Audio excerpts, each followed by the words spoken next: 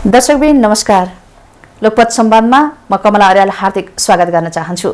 दर्शकबिन लोकपथ संवादमा हामीले विभिन्न आर्थिक क्षेत्रका व्यक्तित्वहरूसँग कुराकानी गर्दै आइरहेका छौं। त्यसै क्रममा आज हामी गरिमा विकास बैंकका प्रमुख कार्यकारी अधिकृत तथा विकास बैंकर्स संघका अध्यक्ष गोविन्द ढकालसँग कुराकानी गर्न गइरहेका छौं। आउनुहोस् उहाँलाई उहाँकै कार्यकक्षमा स्वागत गरौं। लोकपथ संवादमा यहाँलाई हार्दिक स्वागत गर्न चाहन्छु। धन्यवाद। अब कुरा सुरु गरौँ सबैभन्दा पहिला कोरोनाबाट, किनभने कोरोनाले अर्थतन्त्रमा धेरै प्रभाव पारिरहेकाले अब कोरोनाबाटै सुरु गरौँ भन्ने। कोरोनाले अर्थतन्त्रका धेरै क्षेत्रमा प्रभाव बनायो। विकास बैंकलाई चाहिँ ठ्याक्कै कस्तो खालको असर गर्यो अलिकति भन्नुहोस्। अब यो कोरोनाको प्रभाव बनायो र बनाउँदै पनि छ। अझ कतिपय फेरि अलि कोरोनाको अलिकति लहर बढेको देखिएको छ र यो कोरोनाको प्रभाव अर्थतन्त्र, व्यवसाय, उद्योग, व्यापार प्रत्येक ठाउँमा यसले जुन एउटा हाम्रो लकडाउनको पिरियडदेखि लिएर जुन 8-9 महिना लगभग हामीलाई टोटल्ली हाम्रा आर्थिक गतिविधि कार्यक्रमहरू अलिकति स्फूर्त रूपमा सञ्चालन हुन पाएनन्। त्यसले गर्दाखेरि बिजनेस व्यवसायहरू अप्ठ्यारो स्थितिमा परे र त्यसको प्रत्यक्ष प्रभाव ब्याङ्क वित्तीय संस्थालाई पर्छ र विकास बैंक पनि हामी पनि यही सेक्टरमा यही इन्डस्ट्रीमा सँगै काम गर्ने र व्यवसायहरू असफल व्यवसायले अप्ठ्यारो पर्दाखेरि त्यसको डाइरेक्ट इन्डाइरेक्ट असरमा ब्याङ्क वित्तीय संस्थाले पर्ने हो र विकास बैंकहरूलाई पनि त्यसको अप्ठ्यारो परेको र जुन एउटा कर्जा विस्तार गर्ने कुराहरूमा हाम्रो रोक भयो र कर्जा लगानी भएको कर्जाहरूको असुलीमा जुन समस्या अहिलेसम्म हामीले भोगिरहेको अवस्था छ। यसले गर्दाखेरि हाम्रा इन्डिकेटरले नै बताएको छ। हाम्रो प्रत्येक लास्ट क्वार्टर अघिल्लो क्वार्टरमा हामीले प्रकाशित गरेका इन्डिकेटरले पनि जुन यही इन्डिकेटर आजभन्दा अघिल्लो आर्थिक वर्षमा प्रकाशित हुँदाखेरिको एनपिएलको दर, त्यसपछि अन्य असुलीका दरहरू जुन अलि राम्रो थियो, अहिले अलिकति एनपिएल बढेर गयो भन्ने बित्तिकै त्यो कोरोनाको कारणले गर्दाखेरि ब्याङ्कको रकम असुली हुन सकेन भन्ने कुरा हामी त्यहाँ पनि देख्न सक्छौँ। त्यति हुँदाहुँदै पनि अहिले पछाडि आएर अलिकति यो जुन एउटा लकडाउन अलि सहज भयो र नेपालमा अलिकति कोरोनाको प्रभाव थोरै केही कम देखियो अरू मुलुकमा भन्दा। यसले गर्दाखेरि तपाईँको इन्टरनेसनल जुन टुरिस्टहरूसँग प्रत्यक्ष संलग्न रहने बिजनेस व्यवसाय बाहेक अन्य व्यवसायहरू अलिक केही सुचारू भएको अवस्था छ र त्यसको सकारात्मक रिजल्ट अहिले ब्याङ्क वित्तीय संस्थामा हामीलाई के देखिएको छ भने अलिकति हाम्रो लगानी विस्तार भएको छ। ब्याङ्कहरूको अहिलेको डिपोजिटको तुलनामा लगानी अलिकति बढी विस्तार भएको अवस्था छ र ब्याङ्कहरूको असुली अहिले पनि चैत्रमा सन्तोष पनि थाहा हुन्छ र पहिलाको भन्दा अहिले हाम्रो केही असुली पनि राम्रो भएको छ र यसले गर्दाखेरि अझ पनि म त के भन्छु भन्दा कोरोनाको प्रभाव थियो होइन, अझ पनि हुँदैछ र अब आउने निकट भविष्यमा अझ हामीलाई के यसको प्रभाव हामीले असारमा देख्छौँ र फेरि पनि नेपाल सरकार, नेपाल राष्ट्रले जुन तपाईँको होटल व्यवसायहरू छन्, विशेष गरी टुरिस्ट डिपेन्डेन्ट होटल व्यवसायहरू, इन्टरनल टुरिस्ट डिपेन्डेन्ट नभइकन र ट्राभल एजेन्सी उनीहरूलाई अहिले पनि केही अप्ठ्यारो स्थिति छ र त्यहाँ भएको लगानी ती होटलवाला जुन हाम्रा ओनरहरू छन् उहाँहरू अहिले पनि ब्याङ्कमा आएर हामी अब कसरी अगाडि बढ्ने भन्ने कुराहरूमा हामी छलफल गरिरहेको अवस्था छ र त्यसको प्रत्यक्ष प्रभाव भनेको त व्यवसायले पर्यो, त्यसको अप्रत्यक्ष प्रभाव ब्याङ्क वित्तीय संस्थालाई परेको छ र त्यसको प्रभाव विकास ब्याङ्कहरूलाई पनि परेको अवस्था छ। जस्तो यहाँले भने जस्तै ब्याङ्किङ क्षेत्रमा नाफा घट्नेदेखि लिएर एनपिएल बढ्नेदेखि लिएर धेरै समस्या ब्याङ्कले भोग्नु पर्यो। यो जुन क्षति छ, कोरोनाले पुर्याएको जुन क्षति छ, यो क्षतिलाई रिकभर गर्न कति टाइम लाग्ला? यसमा कस्तो छ भन्दा अहिले पनि तपाईँको अन्तर्राष्ट्रिय जहाजहरू, अन्तर्राष्ट्रिय उडानहरू अहिले पनि रेगुलर नभएको अवस्था छ। अहिले पनि त हाम्रो जुन बिजनेस व्यापारहरू जुन सहज रूपमा चल्नुपर्ने त्यो अहिले पनि नचल्ने अवस्था छ। मलाई लाग्छ यसको त अब सबभन्दा पहिला भ्याक्सिन सुरु भइसकेको छ। अब केही हामीले पनि यहाँ पनि भ्याक्सिन पाएका छौँ, भोलि अरू पाइएला भन्ने आशामा हामी छौँ र विश्वमा जबसम्म प्रत्येक व्यक्तिलाई जब भ्याक्सिन लगाएर यो कोरोनाबाट हामी मान्छे एउटा मानसिक रूपमा पनि अब हामी सुरक्षित छौँ भन्ने जब सन्देश जान्छ, त्यसपछि बल्ल मान्छे आफ्नो काममा अलिकति ढुक्क भएर हिँडडुल गर्ने, एक देशबाट अर्को देशमा जाने, तपाईँको इन्टरनेसनल फ्लाइटहरू कनेक्सन एक देशबाट अर्को देशमा हुने, त्यसपछि व्यवसायहरू अलिकति स्फूर्त रूपमा अगाडि बढे, बिजनेस व्यवसाय अगाडि बढ्यो भने यसबाट परेको प्रभाव 1 वर्षभित्रमा हामी फेरि एउटा हामी जुन लयमा थियौँ त्यो लयमा फर्कन हामी सक्छौँ। त्यसको लागि हामी सबैले आफ्नो ठाउँबाट ब्याङ्क वित्तीय संस्थाले पनि एउटा यो अवस्थामा अलिकति सहज र अलिकति सफ्ट किसिमले अगाडि बढ्नुपर्छ र उद्योग व्यवसाय जो अथवा जो हाम्रा बेरोजगारी भाइ बहिनीहरू छन् उनीहरूलाई पनि एउटा रोजगारीको सिर्जना हुने अथवा उनीहरू पनि बाहिर काम जुन वैदेशिक रूपमा प्रशस्त हाम्रो जुन यहाँबाट एउटा रोजगारलाई जाने प्रवृत्ति थियो र त्यसले पनि नेसनलाई त फाइदा गरिरहेको छ। त्यो स्थिति आइसकेपछि हामी पुरानो अवस्थामा फर्कन सक्छौँ र अझ त्यसमा पनि अलिकति थोरै पोलिटिक्स पनि अलिकति हाम्रो जुन एउटा लयमा जानुपर्ने हो, एउटा जुन पोलिटिक्स जति भयो भने पोलिटिक्स राम्रो भएन भने हामीले जति राम्रो गर्ने हामी त्यहाँ जान सक्दैनौँ र त्यसलाई पोलिटिक्सले पनि सपोर्ट गर्नुपर्छ। त्यो भयो भने हामी एकाध वर्षमा हामी पुरानो ठाउँमा जान सक्छौँ। कोरोनाको प्रभाव आइसकेपछि मौद्रिक नीति आयो। नेपाल राष्ट्र ब्याङ्कले विभिन्न क्षति पुगेका व्यवसायहरूलाई चाहिँ वर्गीकरण गरेर यिनलाई चाहिँ राहत प्याकेजको पनि व्यवस्था गर्यो। यो क्षेत्रमा यी प्रभावित क्षेत्रमा विकास ब्याङ्कको कति लगानी छ? ठ्याक्कै यति प्रतिशत भनेर त हामीले डाटा निकालेका छैनौँ। किन भन्दाखेरि कोही ब्याङ्कसँग मलाई लाग्छ सुरुमा यो के भयो भन्दाखेरि नेपालको एउटा कोरोना भयो, त्यसको प्रभाव 1 महिनामै त्यसको प्रभाव दिन मलाई नेपाल राष्ट्र ब्याङ्कले एउटा प्रभावितलाई अथवा ब्याङ्क वित्तलाई सहज हुने किसिमको पोलिसी ल्यायो, त आफ्नो ठाउँमा छ, त्यसलाई हामीले सराहनीय छ, राम्रो भनेकै छौँ। हिजो हामीले पनि त्यो कुराहरू गऱ्यौँ। तर हामीले त्यो बेलामा भन्थ्यो अलिकति हामी छिटो जुन चैतमा लकडाउन भयो, हामीले वैशाख जेठमै त गर्नुपर्ने अवस्था थिएन कि, त्यसभन्दा प्रभाव त पछि देखिन्छ नि। चैतमा 1-1.5 महिना लकडाउन हो, त्योभन्दा अगाडि जुन वैशाख तपाईँको फागुनसँग माघसँग कमाएको पैसा रिजर्भमा भएको पैसाले पनि उनीहरूले सञ्चालन गर्न सक्ने अवस्था रहन्थ्यो, पैसा तिर्न सक्ने अवस्था रहन्थ्यो। र हामीमा के भयो भन्दाखेरि नेपाल राष्ट्रले विभिन्न वर्गहरू छुट्यायो त्यो भन्यो, तर त्यसमा बुझाइ के भयो भन्दाखेरि जस्तै प्रभावित भन्दा पनि त्यो प्रभावित नहुने मान्छेले बढी फाइदा लिने प्रवृत्ति देखियो। हामीले त्यो अनुभव गऱ्यौँ, हामीले त्यो भोगेका कुराहरू।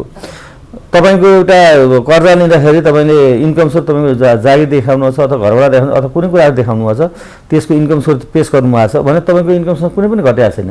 तर सबभन्दा पहिला तपाईँको त्यो जुन प्रभावित होटल व्यवसाय भन्दा तपाईँका सो ठुलाहरू यस्ता बेलामा कसले पैसा तिर्न सक्छ, हामी पैसा तिर्न सक्दैनौँ भनेर जो मान्छे प्रभावितै भएको छ नि त्यो मान्छेले बढी फाइदा लिन खोजेको अवस्था पनि हामीले देख्यौँ। त्यसले गर्दाखेरि पनि हामीलाई अप्ठ्यारो स्थिति आएका हुन् र नेपाल राष्ट्र ब्याङ्कले त नेपाल सरकार नेपाल राष्ट्रले विभिन्न पोलिसीहरू ल्याए र प्रभावितहरूलाई हुन त अहिले एउटा हामीलाई दुःख पनि लाग्छ, अलिकति ब्याङ्किङ सेक्टरसँग तपाईँको या पत्रकारहरू भन्नुहोस् या तपाईँको पब्लिक भन्नुहोस् या व्यवसायी भन्नुहोस्, कोही पनि खुसी छैन। म यो कुराहरू मन बुझ्नु, तर ब्याङ्किङ सेक्टरले जति एउटा पारदर्शी रूपमा र ब्याङ्किङ सेक्टरले दिने सुविधा जुन यो कोभिड पीडितलाई दियो कसैले पनि दिएन। तपाईँको 2% ब्याज छुट गर्नुहोस्, कसले गर्यो? ब्याङ्कले गर्यो। कसैले गर्यो? ब्याङ्कले गर्यो। तपाईँको यो पुनर्कर्जा लिएर नेपाल सरकारले उपलब्ध हामी 2%मा पैसा, हामी 8%मा पैसा लिएको पैसा हामीले 2%मा हामी पैसा उपलब्ध गराएको छौँ, कसले गर्यो? ब्याङ्कले गर्यो। त्यसपछि तपाईँको 10% ब्याज छुट दिने कसले गर्यो? ब्याङ्कले गर्यो। भनेपछि ब्याङ्कले बाहेक न त नेपाल राष्ट्र ब्याङ्कले न त नेपाल सरकारले होला कसैले लाइन लाएर भात खुवायो होला नि, होला कहीँ एउटा तपाईँको क्वारेन्टाइनहरू बनायो होला नि, त्यो स्थानीय निकायले गरेका छन्, त्यो काम गरे होला नि त्यो कुरा। तर प्रत्यक्ष रूपमा लाभ हुने काम जुन एउटा व्यवसायलाई जुन प्रत्यक्ष मर्का परेका मान्छेलाई जो मान्छेलाई गऱ्यो त केवल नेपालमा ब्याङ्क वित्तीय संस्थाले मात्रै गरेको कुरा हामी स्पष्ट साथ हुन्छौँ। त्यति हुँदा पनि अब ब्याङ्क वित्तीय संस्थाले केही गरेन भन्ने एउटा जुन आइरहेको छ आउँछ, त्यो हामी अहिले पनि ब्याङ्क नाफामुखी भयो, ब्याङ्कले धेरै नाफा कमायो, हामी अहिले पनि सुनिरहेछौँ। त्यस कारण गर्न हामी त गऱ्यौँ, तर नेपाल राष्ट्र ब्याङ्कले पनि एउटा ब्याङ्क वित्तीय संस्थालाई अप्ठ्यारो नपरोस् भनेर जुन समय सापेक्ष पोलिसीहरू ल्यायो, फेरि त्यसपछि निर्देशनहरू ल्यायो, त्यो सकारात्मक छन्, राम्रा छन्। तर त्यसमा अलिकति सरकारको पनि केही दायित्व थियो, सरकारले पनि केही भूमिका खेल्नु पर्थ्यो भन्ने हाम्रो कुरा। नेपाल राष्ट्र ब्याङ्कभन्दा पनि नेपाल सरकारले केही भूमिका खेल्नु पर्थ्यो, त्यो नखेलेको हामीले पायौँ। र त्यसले गर्दाखेरि ब्याङ्क वित्तीय संस्था तपाईँ छुट मात्रै झन्डै 13 अर्ब रुपियाँ ब्याङ्क वित्तीय संस्थाहरूले कोरोना प्रभावितलाई छुट दिएको हामीसँग तथ्याङ्क छ। त्यसमा विकास ब्याङ्क, कभर वाणिज्य ब्याङ्क र फाइनेन्स कम्पनीहरू सबैले। अब प्रत्येक उसमा प्रभावितको सङ्ख्या हेर्दाखेरि हामी 30-40% हाम्रो लगानी एकदम प्रत्यक्ष प्रभावित, अलिकति बढी प्रभावित भएको सेक्टरमा लगानी भएको देखिएको थियो। त्यसलाई अहिले बिस्तारै भने अहिले अब प्रभावित मध्ये पनि अलिकति होटल व्यवसाय र त्यो अन्तर्राष्ट्रिय टुरिस्टमा डिपेन्डेन्ट हुनेभन्दा अरू अलिकति चलेको अवस्था छ र यसमा हामीले ठ्याक्कै यति प्रतिशत यति जान भन्नु भन्दा एराउन्ड 40% हाराहारीमा हामीले प्रभावित गरेको। जस्तो तपाईँहरू भन्नुहुन्छ हामी चाहिँ अब निर्वाध रूपमा हामीले कर्जा दिइरहेका छौँ। जस्तो राष्ट्र ब्याङ्कले कोरोनाको जुन सङ्क्रमण आइसकेपछि जुन पुनर्कर्जाको व्यवस्था गर्यो पीडित व्यवसायहरूले चाहिँ अब जो जस्तो कार्यान्वयन भएन भनेर प्रधानमन्त्री कार्यालय घेरेका पनि यहाँहरूलाई जानकारी छ। अब यो समस्या चाहिँ किन आयो? तपाईँहरूले निर्वाध रूपमा पुनर्कर्जा प्रभाव देखाउनु भएको छ, यो समस्या चाहिँ किन आयो? दुईवटा कुरा यसमा हेर्नुहोस्, ब्याङ्क पनि व्यवसाय हो, ब्याङ्कमा गर्ने लगानी गर्ने रिटर्न पाउनुपर्छ। उनीहरूको त्यो नैसर्गिक अधिकार हो, जसले जति कुरा गरे पनि। ब्याङ्कमा गरेको लगानी पनि एउटा यहीँको नागरिकले यहीँको मान्छे व्हाइट मनी पैसा लगाएको ठाउँ ब्याङ्क वित्तीय संस्था हो, जुन नेपाल राष्ट्र लाइसेन्स दिनुमा धेरै फिल्टरिङ गर्छ है। तपाईँको म त्यो कुरा जोड्नु यो कुरा तपाईँको अहिले तपाईँले मुद्दतीमा राख्नु हो भने तपाईँ 10-12% ब्याज पाउनुहुन्छ। एउटा ब्याङ्कको रिटर्न 12% कसैले लियो, 12 देखि 15 कसैले दिन सकेका छैन अहिले। त्यो दिँदाखेरि यहाँका व्यवसायीहरू के भनेर हिँड्नुहुन्छ भन्दाखेरि ब्याङ्कले 12% रिटर्न दियो भन्नुहुन्छ। उहाँले म विरोध गर्न खोजेँ। तिनै व्यवसायहरूको फेरि यहाँ के छ, लगानी छ, हेर्नुहोस् है। अब त्यसको लागि जुन पुनर्कर्जाको कुरा मैले किन जोड्न खोजेँ भने पुनर्कर्जाबाट हामीले नेपाल राष्ट्र ब्याङ्कले जुन गर्यो त्यसबाट सम्पूर्ण प्रक्रिया हाम्रो हुन्छ, रिस्क हाम्रो हुन्छ र नेपाल राष्ट्र ब्याङ्क 5% मध्येमा 3% हामीले नेपाल राष्ट्र ब्याङ्कलाई फेरि 2% ब्याङ्कले लिने हो।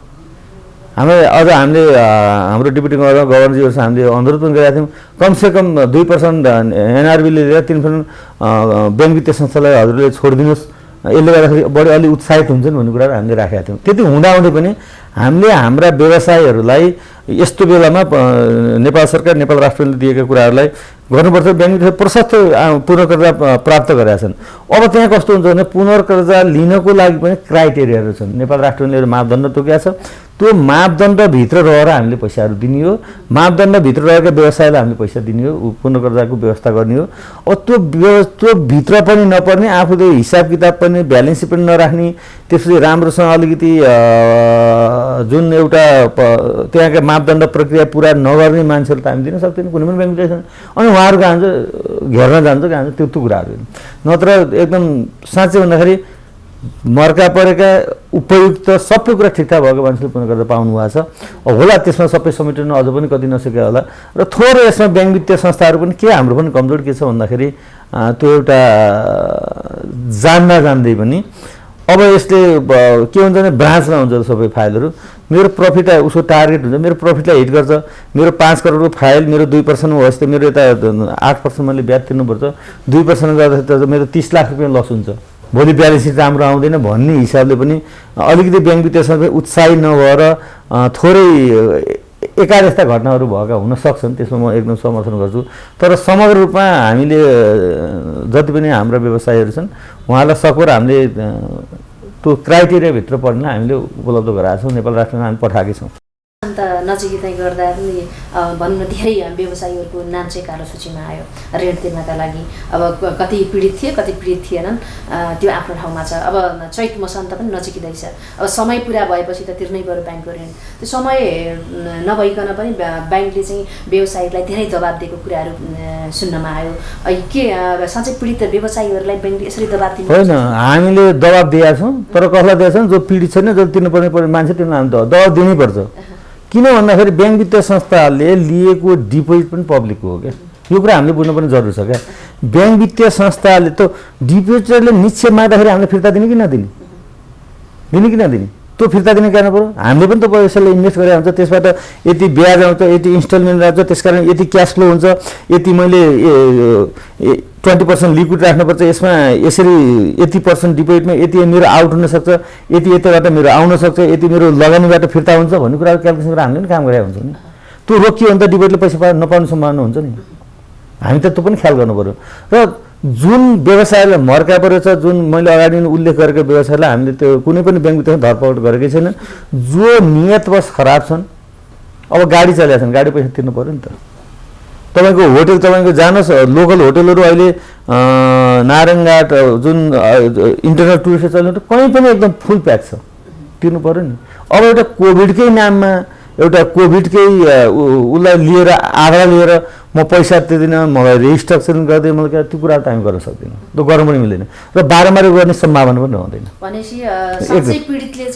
त्यो छैन। तपाईँलाई एकदम तपाईँको यथार्थ पीडित तपाईँ कुनै पनि होटल मालिकको नाम लिइसकेको देख्नुभएको छैन नि? नाम कस्तो देखिन्छ? पर्सनल कर्जा यति लिएको, हायर कर्जा यति लिएको, तपाईँ त्यस्ता मात्रै देख्नुभएको छ तपाईँले। एसएमई कर्जा लिएको, जसले कर्जा लिने बेलामा देखाएको इन्कम सोर्स, पेस गरेका डकुमेन्टेसनको आधारमा हामीले उनीहरूको एनालाइसिस गर्ने हो र त्यो उसले पेस गरेर जुन उसले अहिले तलब पनि पाइरहेछ, उसको घरबार पनि बुझिरहेछ, उसको अन्य इन्कम सोर्स त्यो भइरहेछ भने त्यो मान्छे पैसा तिर्नु पऱ्यो नि। ती मान्छेलाई त छोड्ने कुरो हुँदैन नि त। हैन। ब्याङ्क पनि एउटा होइन मध्यस्थता हो नि, तपाईँसँग त पैसा लिएर अर्कालाई लगानी गर्ने हो।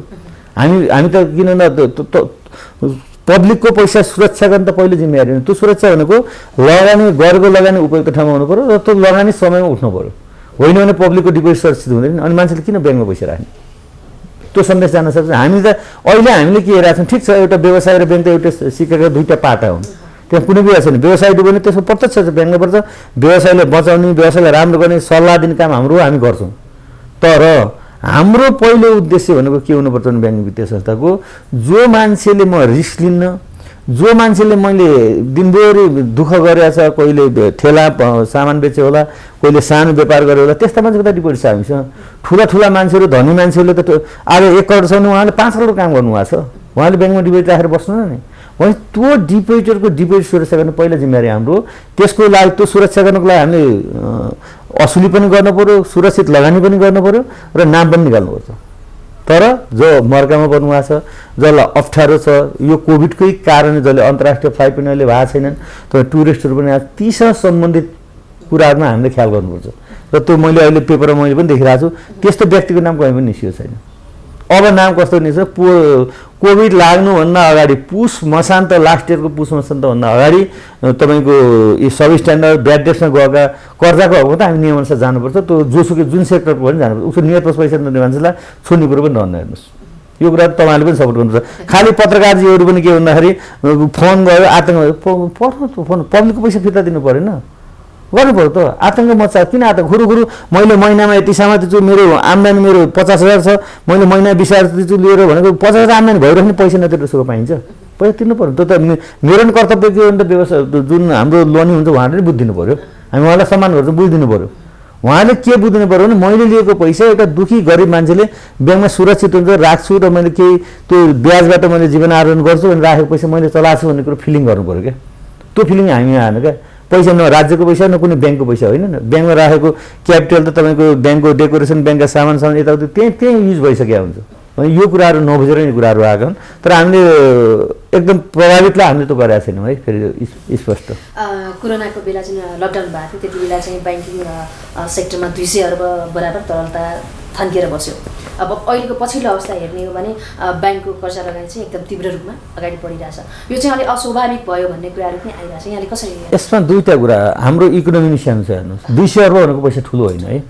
त्यो बेलामा के हो भन्दाखेरि कोरोनाको बेलामा तपाईँको सबभन्दा पहिला के थियो, हाम्रो जुन फ्युलको इम्पोर्ट हामी गर्थ्यौँ, फ्युल थिएन।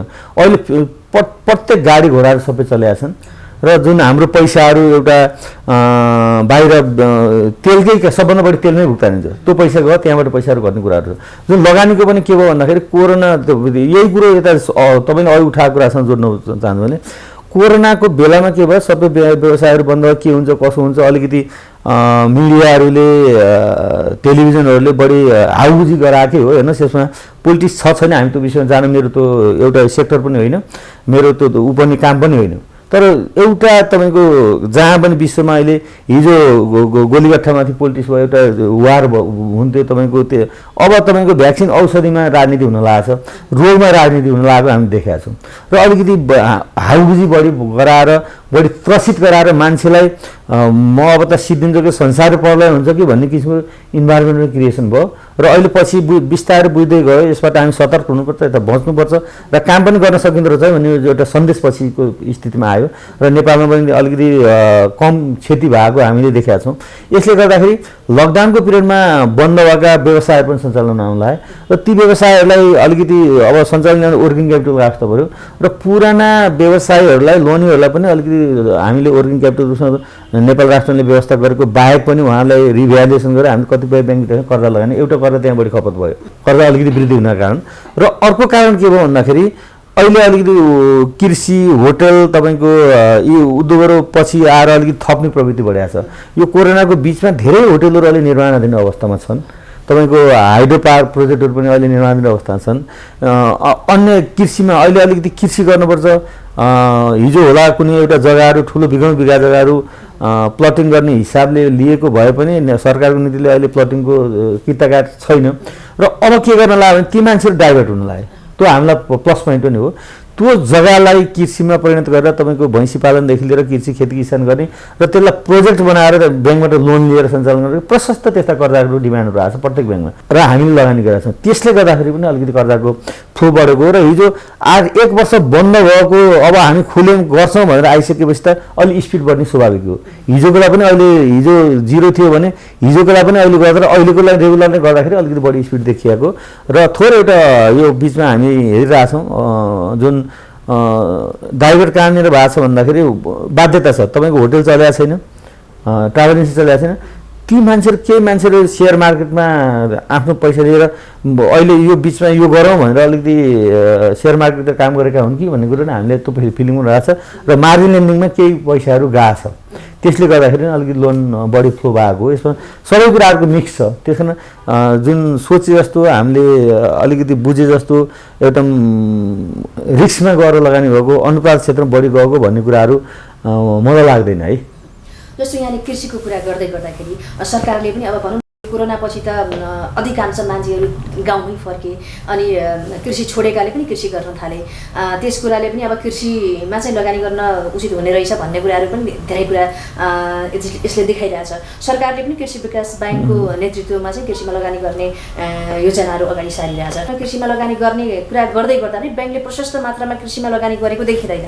अबका दिनमा ब्याङ्कले कृषिमा लगानी गर्ने योजना चाहिँ कसरी अगाडि बढ्ला, कसरी हेर्नुमा? कृषिमा लगानी गर्नुपर्छ। हाम्रो देशमा कृषिसँग एउटा राम्रो हामी जबसम्म गर्न सक्छौँ त्यसमा हामीलाई कहीँ पनि सफल हुन्छ। हामी कृषिमा प्राथमिकता दिनुपर्छ र ब्याङ्क वित्तीयलाई पनि दिनुपर्छ र हामी हिजोका दिनमा केही थोरै ब्याङ्क वित्तीय संस्थाहरूलाई अब सानो सानो कृषिमा दिँदाखेरि आफ्नो अपरेसन कस्ट बढी हुने र अलिकति ठुला फाइल र पछि जाने प्रवृत्ति पनि थियो र त्यसमा अहिले सुधार आइसकेको अवस्था छ र यसमा दुईटै पक्षको कुरा रहन्छ। हामी कस्तो हुन्छ भन्दाखेरि हेर्नुहोस्, म कृषिमा लगानी गर्छु भन्ने एउटा फर्म देखाउने त्यहाँबाट शर्त गर्ने र करोड रुपियाँ लिएर फेरि त्यो पैसा अन्त्यतिर मिसयुज भएको हामी प्रशस्त पाएको छौँ। यो अलिकति एउटा खतरा छ क्या। मान्छेले सफ्ट लोन भनौँ हामी यसो अनुदान पाएको छौँ भन्ने त्यो पैसाले रियल इस्टेटमा मार्जिन लेन्डिङमा अन्त्यतिर गरेर प्रयोग गर्ने अनुत्पादक क्षेत्रमा प्रयोग गर्ने त्यसलाई हामीले कन्ट्रोल गर्दाखेरि पनि अनि एउटा साँच्चै म कृषि गर्छु साँच्चै म गर्ने भन्ने मान्छेले पैसा नपाएको स्थिति छ जस्तो मलाई लाग्दैन है। अब होला कोलेटरको अभावले कोही मान्छे नपाएको हुनसक्छ, त्यो कुरो आफ्नो आउँछ। अलिकति प्रोजेक्ट फाइनेन्समा हाम्रो प्र्याक्टिस कम र विश्वास कम छ, त्यसको पनि एउटा मार हो कृषि कर्जमा अहिले। र अर्को कुरा हामी थोरै बेमान छौँ क्या कृषिमा भनेर हामी पैसा लिन्छौँ, त्यो पैसा हामी अन्त डाइभर्ट गर्छौँ र अलिकति पहुँचवाला मान्छे अलिकति टाठा मान्छेले त्यो काम गर्छन् र उहाँलाई तपाईँले यो पैसा पाउन यसरी उता लानु पाउन ब्याङ्कले रोकिसकेपछि त्यसपछि के सन्देश आउँछ भन्दाखेरि मिडियामा ब्याङ्कहरू कृषि कर्जमा कर्जा लाने अर्थ कृषि कर्जा दिएन भने अफवाह फैलाउने काम हुन्छ।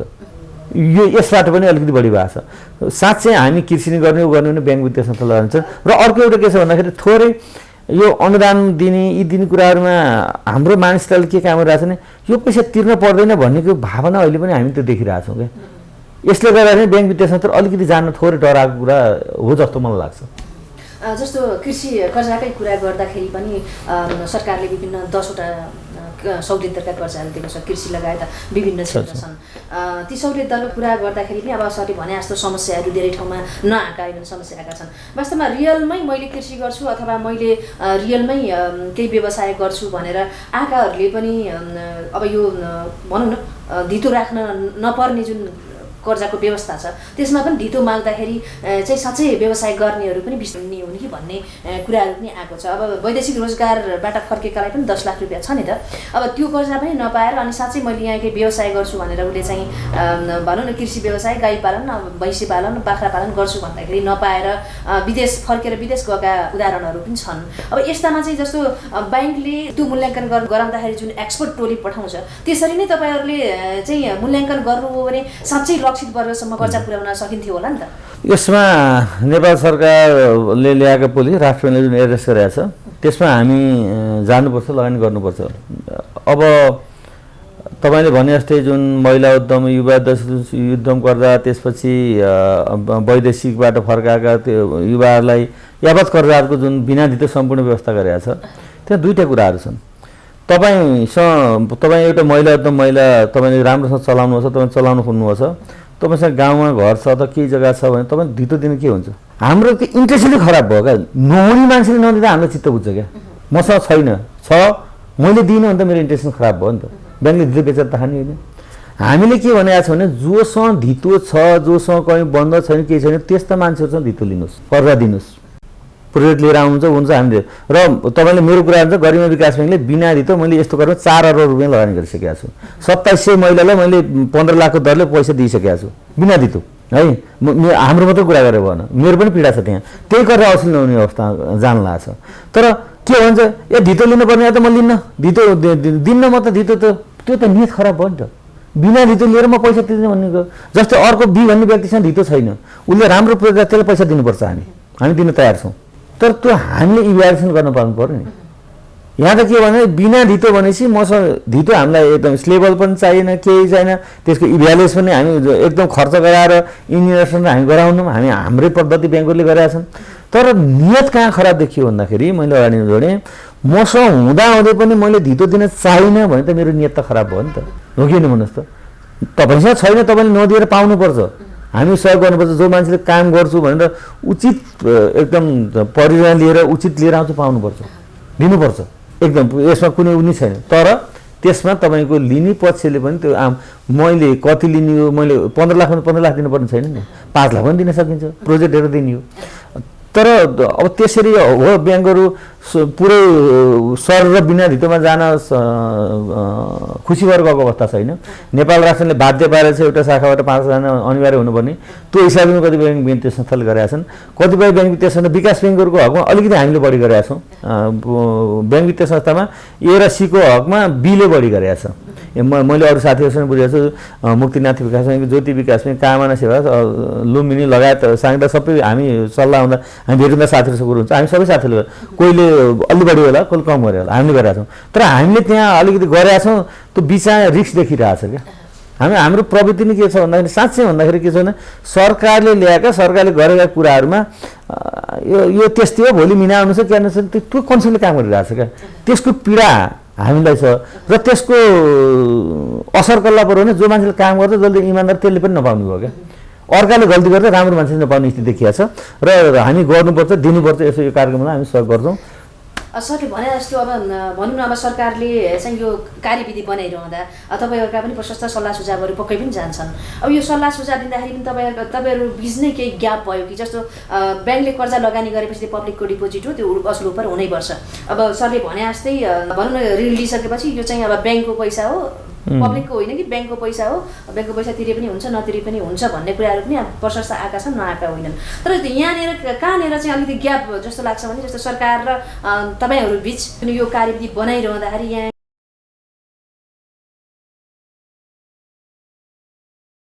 एकदम यो कुराहरू यो हामीलाई नेपाल राष्ट्र ब्याङ्क थ्रु आउने हो र नेपाल राष्ट्र ब्याङ्कका प्रत्येक हाम्रो त्यहाँ जति पनि जनशक्ति जति पनि हुनुहुन्छ उहाँहरूलाई सबैलाई कुराहरू थाहा छन् र हामीले यस्ता कुराहरूमा धेरै डायलग हामी राष्ट्र ब्याङ्कसँग गर्छौँ र हामीले लिखित रूपमा पनि गर्छौँ, हामी भेटघाट पनि गरेका कुराहरू हुन्छ।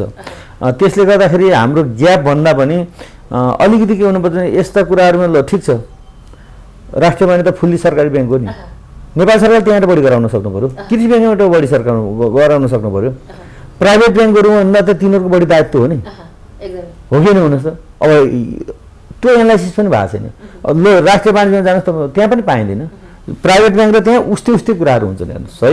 भनेपछि अलिकति सुरक्षाको कारणले रिस्क हाई भएको कारणले र अलिकति त्यो कारण थोरै पछि हटेका छन्। यसलाई यताबाट भन्दा पनि वास्तवमा भन्दाखेरि हाम्रो पब्लिक नै अवेरनेस हुनुपर्छ।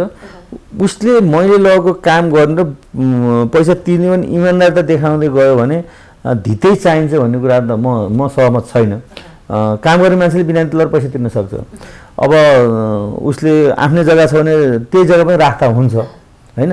मैले त यति भन्न चाहन्छु कि जग्गा हो भने केही नआउनेले लिनुहोस्, मलाई फेरि 15 लाख चाहिन्छ 10 लाख चाहिन्छ होइन, 2 लाखबाट 1 लाखबाट कमाउन सकिन्छ नि। हामीलाई त्यो पनि छ क्या। केटीसँग देखेको छु भने म तपाईँलाई महिला उद्यमी गरेर 15 लाख लिने, 3 लाख लिएर त्यहाँबाट गाडी चढेको पनि मैले देखाएको छु हेर्नुहोस्। अलिकति विकृतिहरू धेरै छन् क्या। त्यसले गर्दाखेरि त्यसको मार सबैलाई परेको छ र हामीले पनि गरेर अलिकति राम्रोसँग सहयोग नगरेका हुन् कि ब्याङ्क वित्तीय संस्था नआएका हुन् कि भन्ने कुराहरू पनि मेरा पनि आउने कुराहरू स्वाभाविक हो जुन सरल रूपमा नगरे त आउँछ त क्वेसन त त्यसमा दोष हाम्रो पनि होला र यसमा हाम्रो भन्दा पनि अन्य पक्षको मैले बढी अलिकति कमजोरी देख्छु अब फेरि सबै कुराहरू भन्दाखेरि यसले दुःख पनि लाग्ला कतिलाई ब्याङ्क वित्तीय संस्था भन्दा पनि त्यो कुनै पनि प्रोग्राम ल्याउँदाखेरि हामी कतिसँग जान सकिन्छ कतिसँग थेक्न सक्छ कतिसँग सक्दैन एनालाइसिस गर्न जरुरी छ है भोलि फेल हुने प्रोग्राम हामीले ल्याउनु हुँदैन त्यो कुरा सम्बन्धित निकायहरूले पनि बुझ्नुपर्छ त्यति हो जस्तो यो ऋण लगानी गर्दाखेरि जुन पब्लिकले बुझ्ने कुरा छ नि अब त्यो इन्टेन्सै मैले तिर्दिनँ भन्ने हो भने त अब उसको केही लाग्दैन जस्तो ऋण लगानी गर्दा तपाईँहरूले चाहिँ राम्रोसँग बुझाउन सक्नु भएन कि पब्लिकलाई अब राम्रोसँग बुझाउन सक्नु भएको भएदेखि यहाँ साँच्चै मैले त ऋण तिर्नुपर्छ यो त पब्लिकको डिपोजिट हो भनेर बुझ्ने हुन्थ्यो होला अब ऋण लिन आउँदाखेरि अब धितो भयो भने तपाईँहरू ट्याङ ट्याङ कर्जा दिनुहुन्छ अनि त्यो हिसाबले पनि अलिकति त्यस्तो खालको त्यो पनि होला अब ट्याङ ट्याङ कर्जा त हामी दिन्नौँ है हामी एनालाइसिस धेरै गर्छौँ होइन अब निदाएका मान्छेलाई बिउजाउन सकिन्छ निदाएको एक्टिङ गरे मान्छे बिउजाउन सकिन्न क्या है तपाईँको यो नबुझ्ने मान्छे मैले तिर्नै पर्ने मान्छे ब्याङ्कमा आएर पैसा लिँदैन जो मान्छे बुझेछ जो चतुर छ नि त्यस्तो मान्छे मात्रै आउँछ नि ब्याङ्कमा म त अझ कतिसम्म हुन्छ भन्दाखेरि सम्बन्धित अन्य पार्टीको अन्य निकायको तपाईँको फोर्स लाउनु पर्छ पैसा लिन फोन आउँछ हामीलाई फलानले भनेर पैसा आउँछ हेर्नुहोस् त्यो मान्छे त कामै गर्दैन काम गर्ने मान्छेलाई साँच्चै भन्नुहुन्छ भने हामी अहिले पनि म एकदम तपाईँसँग स्पष्ट रूपमा हुन्छु यो काठमाडौँ एरिया त छोडिदिनुहोस् यो त एकदम ठुलो एरिया हो ग्रामीण क्षेत्रमा त्यही स्थानीय स्थायी बसोबास गरेको मान्छेलाई हामी कता दिन्छौँ दिएका छौँ अहिले पनि दिन्छौँ ल म यो तपाईँको मिडिया मार्फत हामीले दिएका छौँ अहिले पनि दिन्छौँ तर बजारमा बसिया छ मान्छेको ठाउँ ठेगाना कहाँ थाहा छैन एउटा ठाउँ स्थायी त हुनु पर्यो त त्यो मान्छेलाई अप्ठ्यारो परेको छ हामीलाई गरेर दिन हाम्रो ग्रामीण शाखाबाट त्यही अफिस छ त्यसको सानो भने बास छ बसिया छ अहिले त के भन्दा गाउँ छोडेर आउने गाउँ खाली हुने बजारमा आउने कर्जा कसरी पाइन्छ नि बजारमा आएर बजारमा के को लागि कृषि कर्जा दिने अनि मैले कर्जा पाइनँ भन्ने मलाई महिला उद्यमले भन्ने एउटा साथीको एउटा ऊ छ त्यसैको 5 नम्बर छ त्यहाँ गएर यो मेरो भन्ने ऊ गर्ने मिलाएर त्यहाँ कर्जा लिने कति साध्य हुन्छ भनेपछि त्यो प्रवृत्ति बढी ठुला सहरमा बढी देखिया छ र त्यो कुरो बढी सुनाइरहेको छ ग्रामीण एरियामा त घरवर्गले गरेछ खले गरेछ मजाले गरेछ हामी दिएका छौँ हेर्नुहोस् एकचोटि तपाईँहरूले यो मिडियाहरू अब ग्रामीण एरिया गएर सर्वे गर्नु पऱ्यो अब काठमाडौँ सर्वे गरेर तपाईँले गर्नु भएन मैले 2700 जना मान्छेहरू बजारका दिएछ सबै ग्रामीण एरियाको मान्छेहरू त्यसमा हामी दिन्छौँ है र कमी कमजोरी हाम्रोसँग सुधार गर्छौँ त्यही हो यो कोरोना पछि यो इको टुरिज्मको पनि कन्सेप्ट आइरहेछ लगानीकर्ताहरू यसतर्फ पनि अलि आकर्षित भइरहेको देखिन्छ के छ बेङ्गलोरको लगानी इको टुरिज्म अब लगानी त मैले भने अब यो हाम्रो लगानी मैले सुरु भने हामी लगानी गर्दाखेरि सबभन्दा सुरक्षा हामीले हेर्छौँ हेर्नुहोस् है त्यो उठ्छ कि उठेन भने इको टुरिस्ट होस् कि तपाईँको अर्को टुरिज्म एरिया होस् कि त्यसपछि एग्रिकल्चर होस् कि हामी त्यो हेर्छौँ तर कुनै पनि मान्छेले नेपालको कानुनले वर्जित गरेका कुराहरू समाजमा तपाईँको गर्न नहुने कुराहरू जुन ती बाहेकका कुराहरूमा सबैको उसमा परिधिभित्र रहेका व्यवसायहरूमा हामी ब्याङ्कहरू लगानी गर्न तयार छौँ हामी गर्छौँ त्यसमा हामी सबै त्यो कुनै पनि समस्या छैन र अब हामी त्यसमा तपाईँले उठाएको कुराहरूमा अब यो कोरोना कारणले हामीलाई धेरै पाठ पनि सिकाएको छ यसले के जसले इको टुरिस्टको कन्सेप्ट आयो एउटा र अर्को तपाईँको जुन विदेशमा रहेका हाम्रा दाजुभाइहरू होइन अप्ठ्यारोमा आफ्नो देशमा के गर्नुपर्छ भने केही भावनाको विकास त भएको छ नि हामी आत्मनिर्भर हुनुपर्छ भन्ने विकास भएको छ अब यसलाई हामीले यो हामीलाई त्यो कोरोना दिएको अवसर हो यसलाई ब्याङ्क वित्तीय संस्थाले पनि नेपाल सरकारले पनि नेपाल राष्ट्रले र सम्बन्धित सबै मिलेर यसलाई हामी क्याच गर्न सक्यौँ भने यो हामीले अगाडि उठाएको कुराहरूमा समाधान त्यहाँबाट सुरु हुन्छ यसमा प्रत्येक ब्याङ्कहरू तयार छन् त्यसमा कुनै समस्या अब घुम्दै फिर्दै कोरोनाकै कुरा गर्नु पर्यो कोरोना कालदेखि चाहिँ अब डिजिटल ब्याङ्किङमा चाहिँ धेरै राम्रो फल्टो मारेको देखिन्छ पछिल्लो भने पनि डिजिटल ब्याङ्किङको कारोबार निकै उत्साहजनक छ कसरी अगाडि बढिरहेको छ ब्याङ्किङ क्षेत्र अब हाम्रोमा कोरोना पछि डिजिटल ब्याङ्किङ अलिक बढ्यो संसारमा त अहिले तपाईँको लगभग युरोपियन कन्ट्री यता त हामी क्यास त त्यहाँ तपाईँको डलर त त्यहाँ मैले देख्दै देखिनँ त्यहाँ जाँदाखेरि तपाईँ हामी गयौँ भने कार्ड लिएर त गएर कार्ड लिएर हिँड्नुपर्ने अवस्था छ जहाँ गयो भने होइन यो एउटा एकदम राम्रो हो र जति यसको प्रविधिहरू जति हामी प्रयोग गरिरहेका छौँ नयाँ नयाँ प्रविधि प्रयोग छ तर त्यही लेभलमा हाम्रो कस्टमरहरू त्यो प्रविधि प्रयोग गर्न सक्ने अवस्थामा अहिलेसम्म अझ नपुगेको अवस्था छ। अब हाम्रो काम के छ भने वित्तीय साक्षरता मात्रै होइन, अब डिजिटल ब्याङ्किङको तपाईँको उहाँलाई एवारनेस गर्न, त्यसमा रिस्क पनि एकदम हाई छ। तपाईँले देख्नु होला मिडियाहरूमा अब मोबाइल ब्याङ्किङबाट प्रशस्त पैसाहरू अर्का पैसा ट्रान्सफर भएको अवस्था छ। जब त्यहाँ ब्याङ्कको कुनै संलग्न रहँदैन, तपाईँसँग रहेको मोबाइलका जुन विभिन्न लो प्रलोभनहरूमा आफ्ना ओटिपी नम्बरहरू पास गर्ने, त्यसपछि तपाईँको आइपिएसबाट कनेक्ट आइपिएसबाट मोबाइल ब्याङ्कको पैसा ट्रान्सफर गरेर पैसा एउटा बाहिर गएको अवस्था प्रशस्त देखिया छन्। अब यसलाई हामी अब डिजिटलको ब्याङ्किङ अल्टरनेटिभ त हामी कहीँ जानै सक्दैनौँ। यसलाई हामी सबै ब्याङ्क वित्तीय संस्था हामी प्रयोग गर्नुपर्छ, हामी गरेका पनि छौँ। र यसमा अब एवारनेसको अवस्था छ है। प्रत्येक ब्याङ्क वित्तीय संस्था पत्र तपाईँको जस्तै मिडियाहरूले यसका बेफाइदा रिक्स यो छन् है, तिमीहरू यसरी अगाडि नभन्दा यसलाई यसरी युज गर्नुहोस् भनेर अब हामी त्यो स्कुलिङ गर्नुपर्ने अवस्था छ। र यो डिजिटल मार्केटिङ त हिजोको तुलनामा त तपाईँको लगभग 200-300% बढी भयो होला बिचमा होइन, अहिले पनि बढाएको छ। अब यसमा धेरै तपाईँको प्रत्येक कुराहरूमा अहिले कुनै पनि आइपिओ तपाईँको आयो भने अहिले घरबाटै गरेर छन्, कत्रो डिमान्ड भएको छ, त्यो पनि डिजिटल ब्याङ्किङ हो नि होइन। भन्नुहोस् त तपाईँको आफ्नै घरबाट हामी सबै काम गर्न एउटा मोबाइलबाट ब्याङ्किङ गर्न सकिएका छौँ भनेपछि यसलाई हामीले एकदम अगाडि लानुपर्छ। र यसमा लाँदाखेरि हामीले पनि आइटीलाई अलिकति बढी सेक्योर गर्ने, ब्याङ्कहरूको हाम्रो लगानी बढी पर्दै गएको छ, आइटी सेक्योर गर्नु पऱ्यो। रिस्क त्यतिकै हुन्छ, जति तपाईँको त्यहाँबाट जति कुनै पनि सुविधाहरू कुनै पनि ट्रिटमेन्ट जति आउँछ त्यति रिस्क लिएर आएको हुन्छ। त्यो रिस्कलाई मिनिमाइज गर्नको लागि हामीले फेरि अन्य पूर्वाधार तयारीको लागि धेरै खर्च गर्नुपर्ने हुन्छ। त्यो ब्याङ्क वित्तीय संस्था गर्नुपर्छ, हामी यसमा अगाडि लासन लाउनुपर्छ र अब पब्लिक एवेरनेस हुनुपर्छ। हामीले त्यो गर्नुपर्ने काम ब्याङ्कको काममा पनि छ र प्रत्येक जो जिम्मेवार व्यक्तिहरूको काममा त्यो छ जस्तो लाग्छ। अब अलिकति मर्सरको कुरा गरौँ। विकास ब्याङ्कहरू त घटेर निकै तल आइसके, 18-19वटामा आइसके। वाणिज्य ब्याङ्कहरूले पनि टार्गेट भनेको विकास ब्याङ्कलाई नै गरिरहेछन्। अब विकास ब्याङ्क भनौँ न, अब गरिमा विकास ब्याङ्कको मर्जरको योजना के छ? हाम्रो एजिएम लास्ट मङ्सिरमा पुसमा हाम्रो एजिएम भएको थियो पुसमा। अब विकास ब्याङ्कहरू घटे, मर्जरमा आए। विकास ब्याङ्कहरू लगभग 90वटा विकास ब्याङ्क थियो, अहिले 18वटामा आयो। त्यो स्वाभाविक कुराहरू हो। तर एउटा के छ, त्यो हिजो 90 विकास ब्याङ्क हुँदाखेरि पनि हाम्रो टोटल डिपोजिटको हकमा होस्, लेन्डिङ हाम्रो 10% हाम्रो भूमिका रहेको थियो भने अहिले पनि हामी 10% भूमिकामै छौँ। हामी त्यो डाटा निकालिरहेका छौँ भनेपछि अहिले हाम्रा हिजोका भन्दा आज विकास ब्याङ्कको ब्रान्चहरू धेरै सङ्ख्यामा छन्। हिजोका भन्दा आजका विकास ब्याङ्कहरूका 90वटा विकास ब्याङ्क हुँदा अहिले विकास एटिएमहरू धेरै छन्। 90वटा विकास ब्याङ्क हुँदा अहिलेका विकास ब्याङ्कहरूका कस्टमर टोटल कस्टमर बढी छन् भनेपछि उपस्थितिको हिसाबले, त्यसपछि बिजनेसको हिसाबले विकास ब्याङ्कहरू खुम्चिएको होइन, विस्तार हुँदै गएका छन्। तर सङ्ख्यात्मक रूपमा हामी कम भएको छौँ, त्यो स्वाभाविक हो। र यसमा दुईवटा कुरा, एउटा कुरो विकास ब्याङ्कमा पहिला धेरै भयो भने अलिकति कमर्सियल ब्याङ्कहरूले बढी एउटा राष्ट्र ब्याङ्कलाई काम देखाउनको लागि पनि अब मर्ज गरेपछि ट्याक्स छुट पाइने भयो, त्यसको लागि पनि सानो सानो विकास ब्याङ्क लिने प्रवृत्ति भयो, एउटा हाबी भयो र अनि विकास ब्याङ्क त्यहाँ गयो। र दोस्रो कुरो, विकास ब्याङ्कहरू जुन बाफियामा यो सञ्चालक त्यसको अध्यक्ष दुनियाँको योग्यता त हो र हाम्रो कस्तो छ क्या, अब म पनि म पनि त्यहीभित्र पर्छु। म कसैको अर्काको अस्तित्व स्वीकार गर्न सक्दिनँ क्या। हामी म सिओ छु, मैले छोड्न पर्यो भने अब यो कुर्सी आएर अर्काले चलाउन सक्दिनँ भने मेरो त दरिद्र मानसिकता छ क्या। अब म अध्यक्ष हुन पाइनँ, म सिओ हुन पाउँदिनँ, अब बाफियाको कारणले गर्दाखेरि म सञ्चालक हुन पाउँदैन भने ब्याङ्क त लगेर बुझाइदिउँ।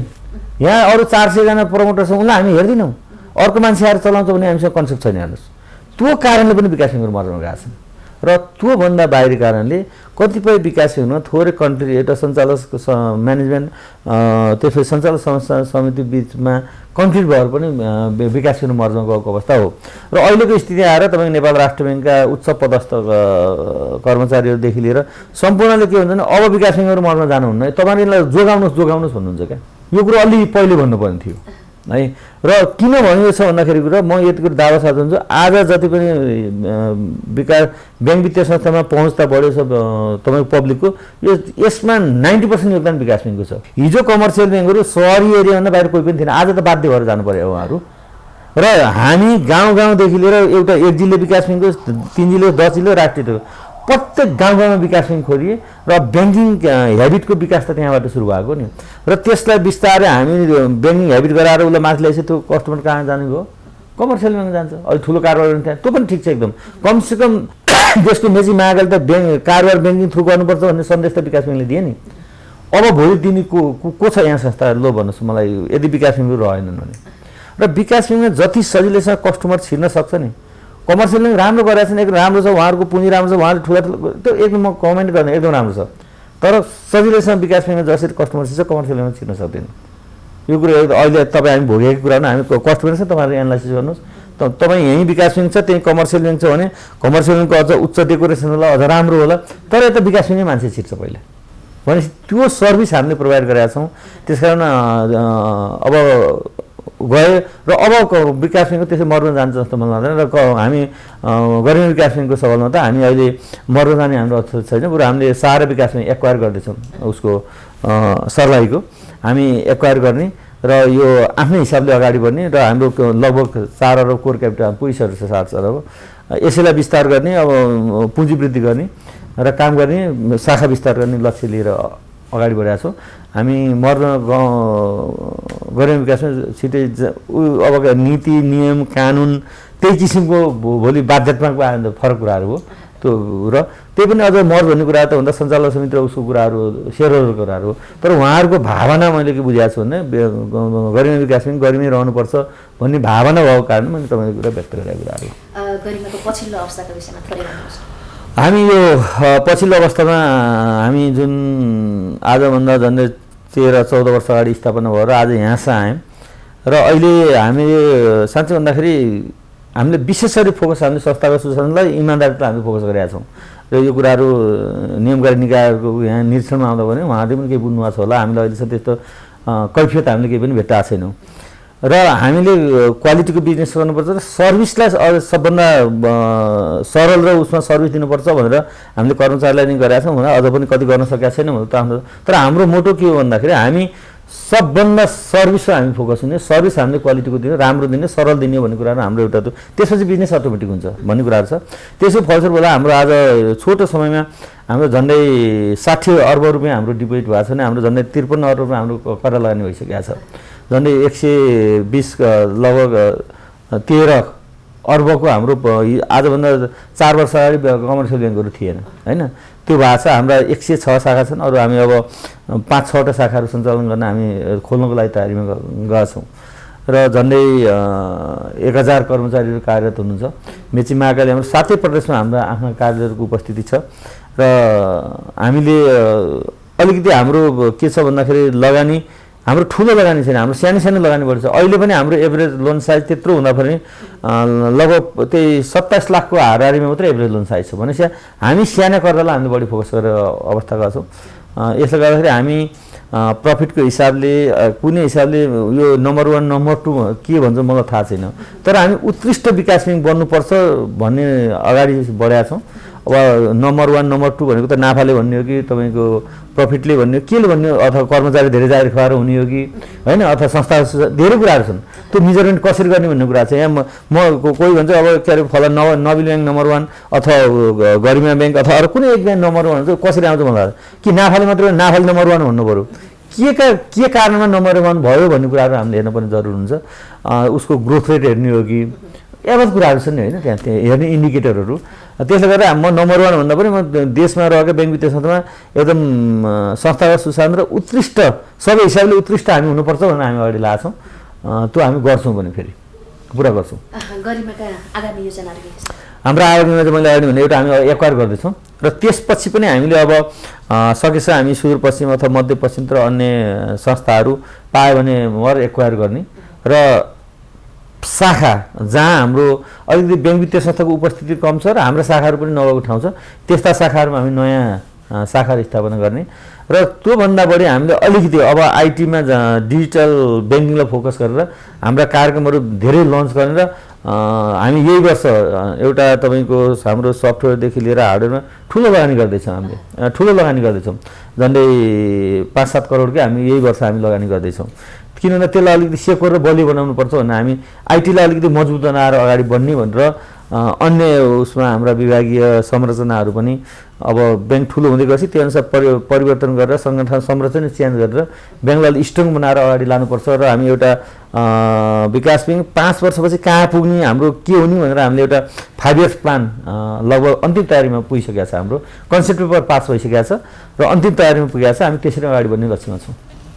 यहाँले महत्त्वपूर्ण समय दिनुभयो हामीलाई। महत्त्वपूर्ण समयका लागि यहाँलाई धेरै धेरै धन्यवाद दिन चाहन्छु। यहाँलाई पनि जुन यहाँको यो लोक पथ अन्तर्गत धेरै कुरा राख्ने जुन समय एउटा दिनुभयो यसको लागि तपाईलाई तपाईको मिडियालाई सबैलाई धन्यवाद। Thank you. यस्तै जानकारीमूलक र रमाइला भिडियो हेर्नका लागि लोकपथ टिभीलाई सब्स्क्राइब गर्नुहोस् अनि छेउमा रहेको बेल आइकनलाई क्लिक गर्न नबिर्सनुहोस्।